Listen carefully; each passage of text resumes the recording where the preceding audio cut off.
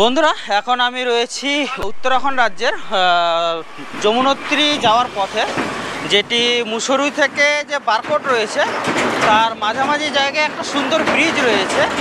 দেবভূমি যেন সত্যি স্বর্গরাজ্য।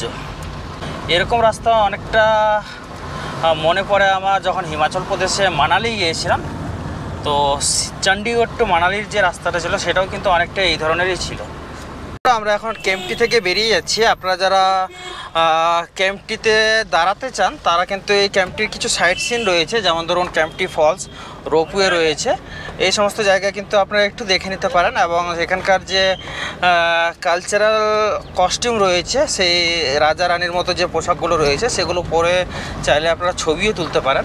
তো এই যে দেখুন, আমাদের ক্যাম্পটি যে শহরটা সেটা পার করে এবার আমরা চলে যাচ্ছি সামনের দিকে, অর্থাৎ আমাদের যে ডেস্টিনেশন পয়েন্ট যমুনোত্রী ধামের দিকে। এখন সামনে খুব সুন্দর একটা ভিউ রয়েছে। দেখুন, একটা যমুনোত্রীর রাস্তায় এবং বারকোটের রাস্তায় এই জিনিসটা রয়েছে, যেটা মেবি কোনো মনুমেন্ট রয়েছে, এবং সামনে দেখুন একটা খুব সুন্দর ব্রিজ। বন্ধুরা, আমি এখন রয়েছি যমুনোত্রী ধামের দিকে। রাস্তায় একটা ব্রিজ পেয়েছি, যেটি বেসিক্যালি বারকোট এবং মুসুরির ঠিক মাঝামাঝি জায়গায় রয়েছে। এই ব্রিজটার যে ন্যাচারাল ভিউটা দেখুন, জাস্ট অসাধারণ একটা ভিউ। দুই সাইডে একটা লোহার ব্রিজ রয়েছে, এবং নিচে দেখুন, নিচে খুব সুন্দর একটা নদীও রয়েছে। যে নদীটার নাম কি যদিও আমি পুরোপুরিভাবে জানি না। এই ব্রিজটা উত্তরাখণ্ড রাজ্যের যমুনোত্রী ধাম যাত্রার জন্য খুব স্পেশাল একটা ব্রিজ।